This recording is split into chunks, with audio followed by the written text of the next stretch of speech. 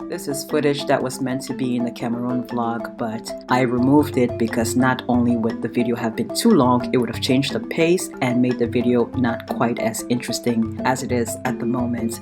So without further ado, Cameroon vlog 2023 extended. Let's go.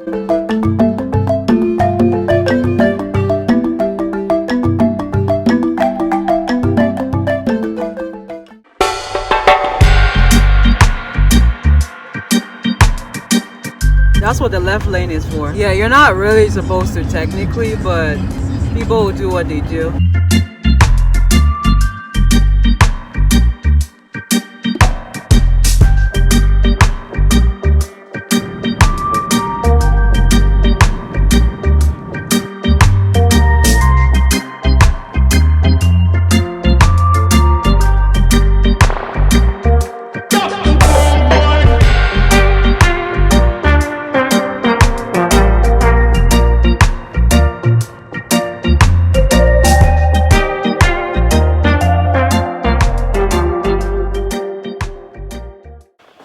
So I'm in the hallway, taking the staircase, headed to the lobby. They have turned off the power because they have to do work. So I'm not taking elevators. Obviously, it's not going to be working. But they have a little cocktail thing for us since they've turned off the power temporarily. So I'm going to go check it out and also show you guys the lobby.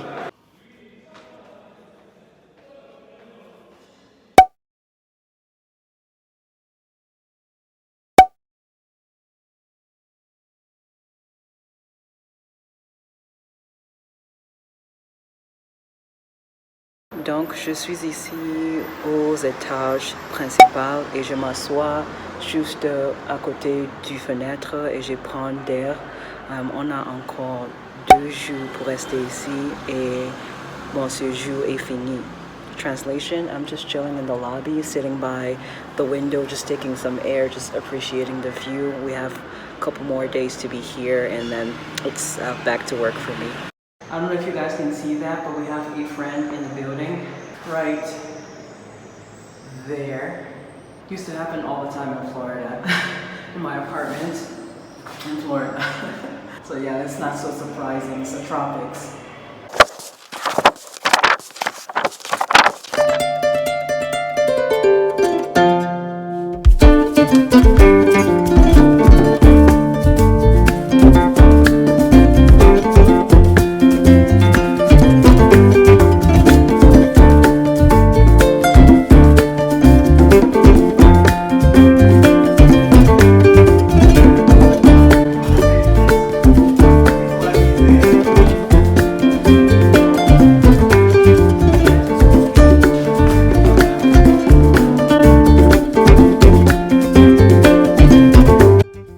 Alright, so I am back in the US. We came back a week ago, almost. It's gonna be a week exactly tomorrow, Tuesday.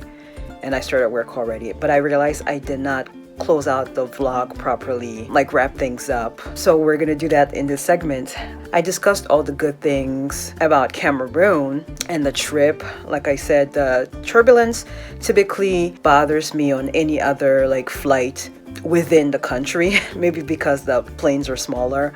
But this time around there was turbulence, but it didn't bother me as much. In fact, it was more soothing than anything. It was almost like being on a ship, and I just thought about it as a pothole, because that's how it's usually described, little bumps in the clouds, like a pothole in the road. And also what was reassuring was that I read somewhere that turbulence doesn't like bring a plane down unless in very severe cases, which actually almost happened. I was watching on the news. There was a flight to Hawaii recently. I saw it on the 6:30 news, and there was a flight to Hawaii that there was severe turbulence, that some people didn't have their seatbelts on even though they were told to go back to your seats and put on your seatbelts, and then they sustained some injuries from being just slapped around. Don't quote me on it, but if I find the article, the news story, I will insert it right here. But yeah, that was pretty scary, and I turned and looked at my mom and was like, we got so lucky.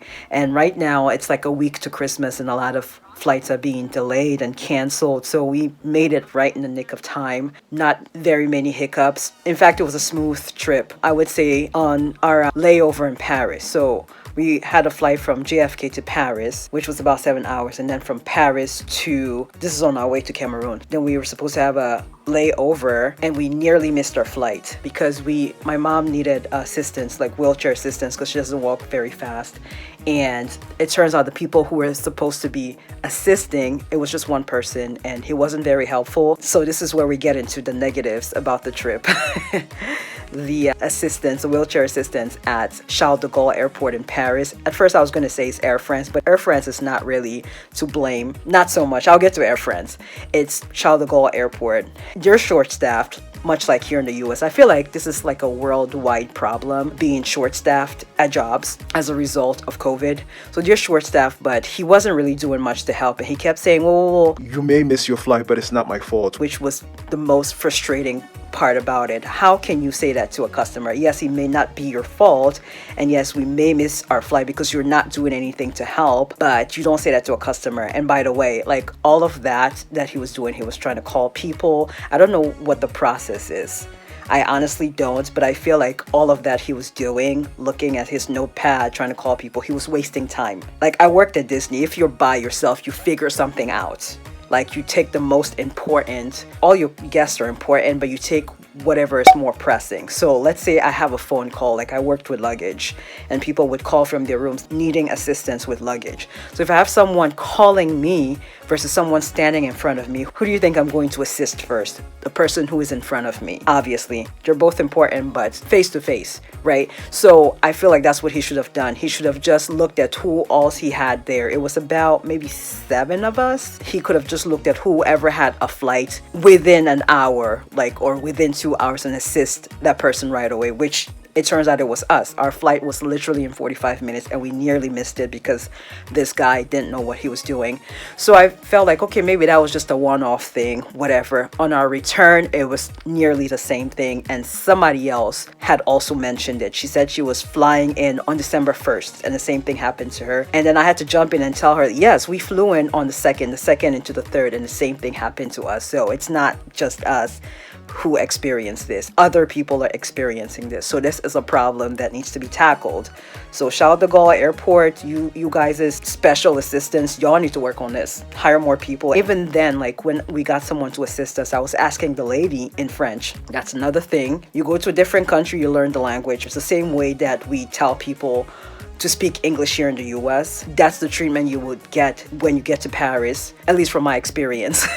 Get to Paris and you're speaking English to them. It's not that they can't speak English, but I mean, it is France. Learn the language. You do well to learn the language. I feel like people will be more willing to assist you faster if you're speaking to them in the language, the same way we do here in the US. So yeah, anyways, so I even asked the lady in French, like, what's going on? It doesn't look like there's enough personnel. And she said, yes, right, there isn't enough people and we're trying to work on that, whatever. So yes, that was the only hiccup we had on our trip. And as for Cameroon, it's been 10 years, and you know, sometimes you just expect time to stand still, and that doesn't quite happen. Lots has changed.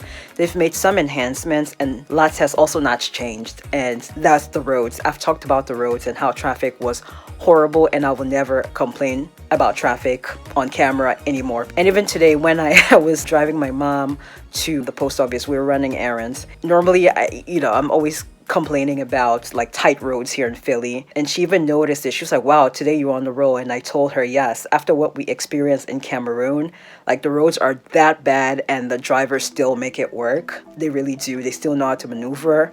I was taking notes. I'm like, I need not to complain anymore because we have smooth roads for the most part here in America. So there's no excuse.